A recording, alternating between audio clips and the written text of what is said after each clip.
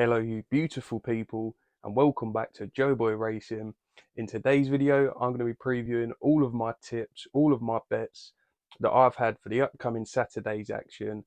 Cracking weekend of racing once again from Haydock, Ascot, Kempton.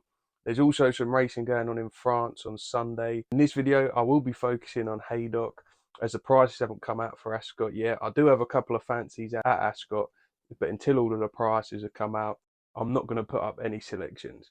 So let's get stuck into it. Quick review of last weekend's selections before we get started. Unfortunately, the rain did come a little bit more than what was expected. It's so difficult to tell at the minute with the forecast. Some were saying a couple of mil of rain, some were saying 10 mil in between. Unfortunately, the ground was soft, so I only ended up backing the two selections that I had already backed. Blue Bolt, I thought, run a big race. Got in a ding dong right at the start. It was a bit of bumper cars. You see the subsequent winner just got pulled out of that sort of fight for positioning and just sat in behind Bright Thunder. Got an absolute peach of a ride from Ray Dawson. I think Roger Varian's going to be off the Christmas card list because we got done, both of the selections got done by Varian horses. This one was a little bit more surprising, although it had great form in its last run. It had never run on turf before, hadn't run for 260 odd days, and I really thought it was going to be, although it's a good horse, thought it was going to be a tune-up for things later to come. So just got done there. I do think if Colin Keane had that ride back again, he would have done things slightly differently, but I'm not going to moan about that. He still run a good race. I advised him at 9-2. I think it was 3 places at quarterly odds. After a rule for deduction, we ended up with a grand profit of 62 pence on that one. So wasn't the end of the world. Was a little bit disappointed because I think it's a really classy filly and I think it will move up to bigger and better things. However, the Varian horse has run a blinder, so hats off to her. Moving on to the second tip, Danger Man. Again, like I said, done by a Varian horse. This one was a little bit more expected. I did say that it had the best form in the race. I just didn't like the fact that it had such a long break. I know that they were waiting for the softer ground, which they got, but I've seen it before where horses come back a little bit rusty after that sort of break. So fair play to that Saddad. He run an absolute blinder. Wasn't meant to be for Danger Man, although I do think he's an interesting handicapper moving forward. So we ended up from the first 2 tips with a second and a third place. So it's not like they were falling out the back of the telly, but at the prices, you would certainly hope that wasn't the case. So disappointed not to get a winner, but we've got plenty of racing to get stuck into for this weekend, and fingers crossed we can find one for you there. So in the first race at Sandown, the 115, I'm sticking with Sweet Francaise here. Obviously, I put it up last time out. It ran for the channel, and it duly obliged at a nice price as well. Got a cracking ride from Joe Fanning. He's back on board. They're back at Haydock. The horse is 2 from 2 from the course. And I just think it's going to be a similar thing again. Obviously, this is a much stiffer task, stepping up to a Group 3 and going up against the boys. However, I think she's a really tough filly. She gets weight all round as well, which always helps. Again, the forecast is a little bit, there's thunderstorm warnings, but some forecasts are saying only a couple of mil, some are saying up to 6 mil, but then it should be dry on Friday and on Saturday. The course going at the minute is showing that it's good all along the straight, good to soft in places over the mile trip, which is a little bit of an unknown for Sweet Francaise. However, I think getting that little bit of weight is going to stand her in good stead, and I can see her getting the same sort of ride, putting the field to sleep and winning it, nicking it off the front. Now, we mentioned Blue Bolt in the review at the start of the video. I still think that form's really good, although Blue Bolt didn't win. And last time out, she beat Shuari, who was a short price fab, I believe, who's then gone over to France and won a listed race next time out. Not a very strong listed race, but it's one next time out. So I think if she can break fast, get a similar sort of ride, the ground stays as good as possible, even better. And at 9-1 with 3 places, I've backed her each way. Moving on to the 150, this could end up being a bit of a cliff horse for me. I'm going to be giving Midnight Tango another chance. Obviously, I put her up last time out. We talked about the ride probably not being the best, which was most disappointing because obviously O'Shea Murphy was jocked up, who is one of the best, one of my favourites. However, even though she didn't have much room and had to be pulled out wide, when she did have clear running room, she really quickened nicely, and that was over an extended trip, 7 furlongs. Never raced at that distance before. And I think the step up in trip again is going to suit her. You see how strongly she finishes off her races, and I can just see her causing a bit of an upset. Obviously, when you look at the bare form figures, I think that's why she is the price she is. I've taken 8-1 about her with 3 places.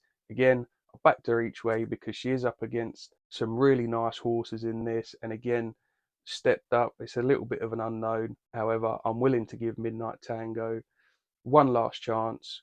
8-1, I've backed her each way. Just had a quick look at the odds. Although I've backed her each way at 8-1, you can get 9-1 about her with 3 places on Bet365. Moving on to the 225. Now, I've not put a bet on this one yet. I may wait for the day. I may see how the market moves. I do quite like Polestar in this one. I think he's got some decent form, proven over course and distance, doesn't mind a bit of cutting the ground as well. You can get 8-1 about it currently.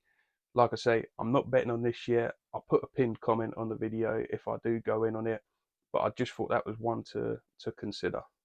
Moving on to the 3 o'clock, I really like Caballo De Mar in this one. Proper consistent horse, always runs a massive race. He's won at the course before, although not at the distance. However, his runs at the distance have resulted out of 4 runs, he's got 3 wins and a place. So you can currently get 6-1 about him with the 5 places, and I just think that's a cracking each way bet.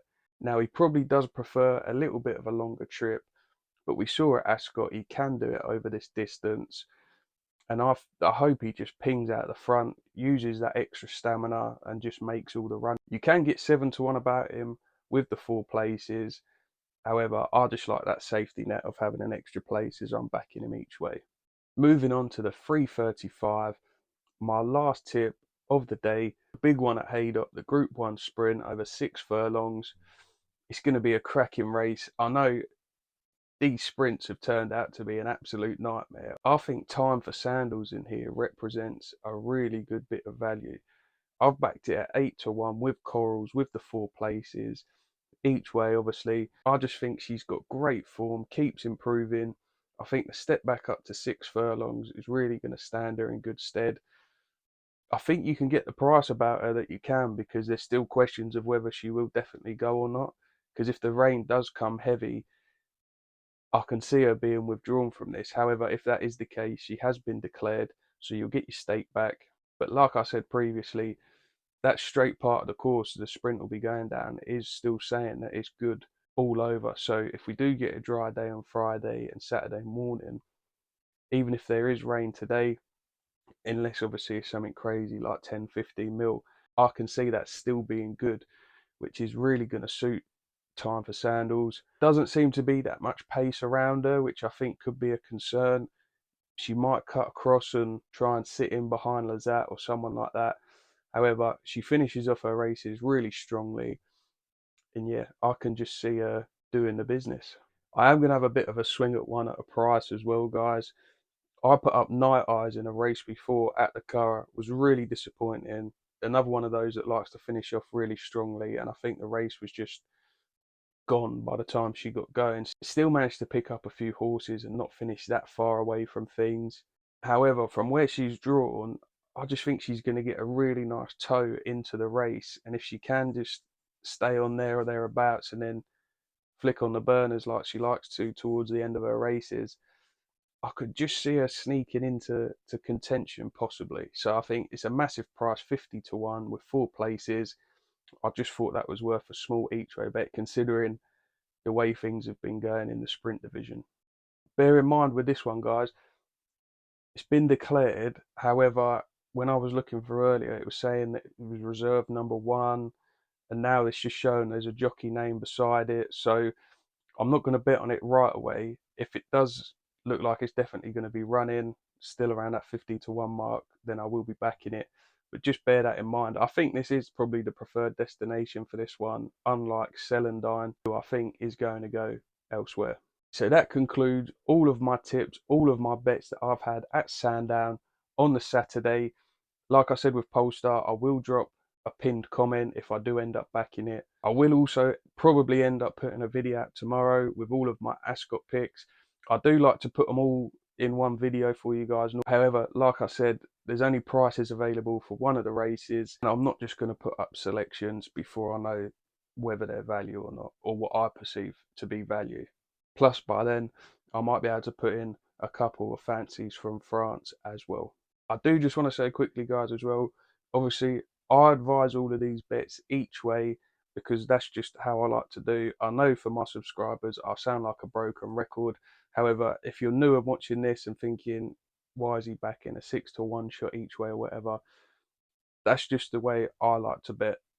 Prime example with Blue Bolt, you know, ended up bumping into one, got chinned, and you end up with all of your stake back. However, obviously, I'm only advising if you don't like backing that, you back them however you want. If you want to follow the selections and you just want to back and win only, that's completely up to you.